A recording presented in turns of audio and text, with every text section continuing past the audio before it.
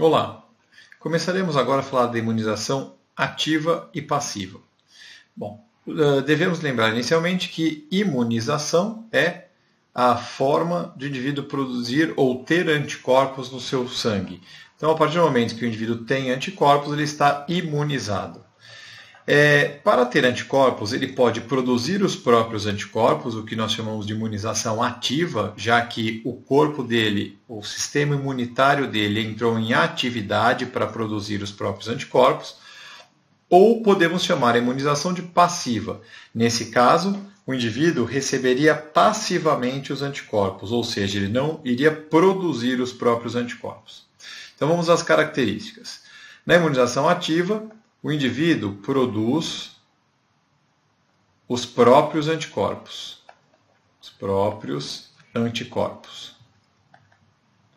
Esse processo ele é relativamente lento, porque depende de alguns dias para que o indivíduo produza anticorpos suficientes para combater a doença. Por outro lado, a grande vantagem da imunização ativa é que ela estabelece o que nós chamamos de memória imunológica. A memória imunológica garante que, ou quase garante, em geral, ela garante que o organismo não pegue a mesma doença pela segunda vez. Por quê? Porque conhecendo o antígeno, o corpo já produzirá anticorpos numa velocidade maior, numa intensidade maior, impedindo que o micro-organismo consiga desenvolver os sintomas da doença. Então a pessoa nem percebe que pegou novamente o mesmo antígeno. A imunização passiva tem características justamente opostas à ativa. Ou seja, o indivíduo, ao invés de produzir os próprios anticorpos, recebe anticorpos prontos. Então ele recebe anticorpos prontos. Esses anticorpos prontos conseguem neutralizar o antígeno que já está no corpo dele. A vantagem do processo da imunização passiva é que, ao injetar anticorpos no sangue de um indivíduo, ele está imediatamente imunizado. Então, a imunização aqui é muito rápida.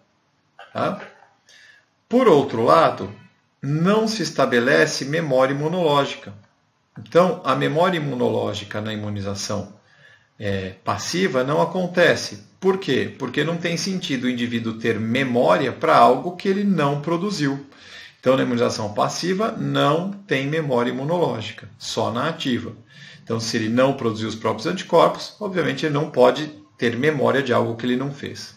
Uma coisa muito curiosa é que em ambos os casos, inicialmente o indivíduo recebe o antígeno. Tá? Então ele recebe o antígeno e aqui também na imunização passiva ele recebe o antígeno, que é a partícula estranha ao organismo. Qual a grande diferença das duas então? É que na imunização ativa o indivíduo recebe o antígeno e tem tempo para produzir os próprios anticorpos. Então isso é importante, ele recebe os antígenos que provocam a produção de anticorpos no organismo dele, ele consegue normalmente sobreviver para produzir anticorpos e ter memória imunológica. Na imunização passiva, ele também recebe antígeno, só que esse antígeno aqui é muito agressivo, como o veneno de uma cobra, de uma aranha, de um escorpião, que pode matar o indivíduo em algumas horas. Portanto, não daria tempo dele produzir os próprios anticorpos, por mais que o organismo, provavelmente o sistema imunitário desse indivíduo, vai começar a planejar uma defesa, mas ele morre antes. Então, ele tem que receber anticorpos já prontos, para conseguir neutralizar o antígeno, sem que ele morra. A imunização ativa e passiva, então, podem ser classificadas como natural e artificial. Então vamos lá. Na ativa, o indivíduo adquire o antígeno para produzir os próprios anticorpos. Então como é que funciona isso? Na natural, a forma de adquirir o antígeno é pegando a doença. Então, através das doenças, os vírus e as bactérias entram no corpo do indivíduo e ele ativamente produzirá anticorpos. Então, recebe o antígeno e produz anticorpos. A artificial é justamente a vacina. As vacinas têm qual intenção? Elas têm a intenção de ser uma imunização primária para o indivíduo, ou seja, seria injetado no indivíduo o antígeno causador da doença, para que o indivíduo produzisse anticorpos contra ele, e quando esse antígeno viesse novamente invadir o corpo dele, ele produziria anticorpos rapidamente, evitando a doença. É claro que a vacina não tem intenção de causar a doença pela primeira vez, mas sim de evitar que os sintomas da doença se manifestem. Como acontece isso? A vacina ela usa os antígenos mortos, enfraquecidos ou partes deles, para que o indivíduo não fique doente, mas consiga gerar anticorpos. Veremos isso a seguir. Na imunização passiva, o indivíduo adquire os anticorpos já prontos, porque ele não vai ter tempo de produzir os antígenos, lembra?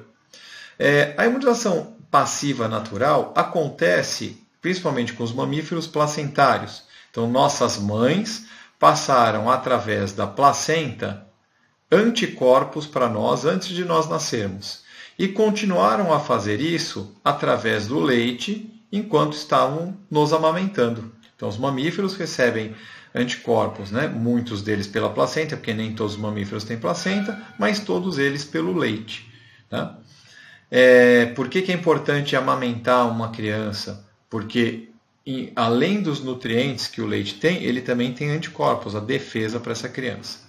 A imunização passiva artificial é o soro. Então, a gente produz anticorpos fora do corpo da pessoa e injeta quando ela precisa. Vamos ver como é que se faz vacina e soro.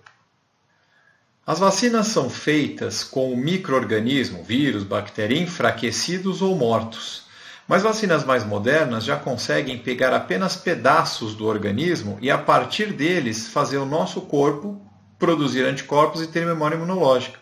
Então, imagine, por exemplo, essa bactéria. Suponha que os cientistas tenham descoberto que essa estruturinha verde, seriam proteínas na estrutura da bactéria, ativam o nosso sistema imunológico, ou seja, fazem o nosso sistema imunológico produzir anticorpos.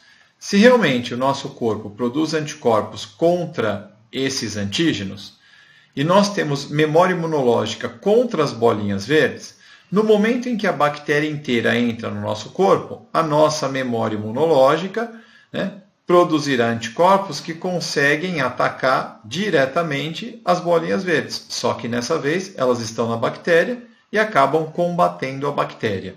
Então as vacinas injetam no indivíduo antígenos mortos ou enfraquecidos ou partes deles. Claro que quando o indivíduo recebe apenas partes de uma bactéria ou de um vírus, essa vacina é mais segura, porque partes do vírus não conseguem causar doença, partes da bactéria não conseguem causar doença. Então é mais segura para o indivíduo. No caso do soro, como ele é produzido? Então, nós primeiro retiramos o veneno da cobra, da aranha ou do escorpião. Então aqui temos uma cascavel da qual nós tiraríamos o veneno e injetaríamos no cavalo.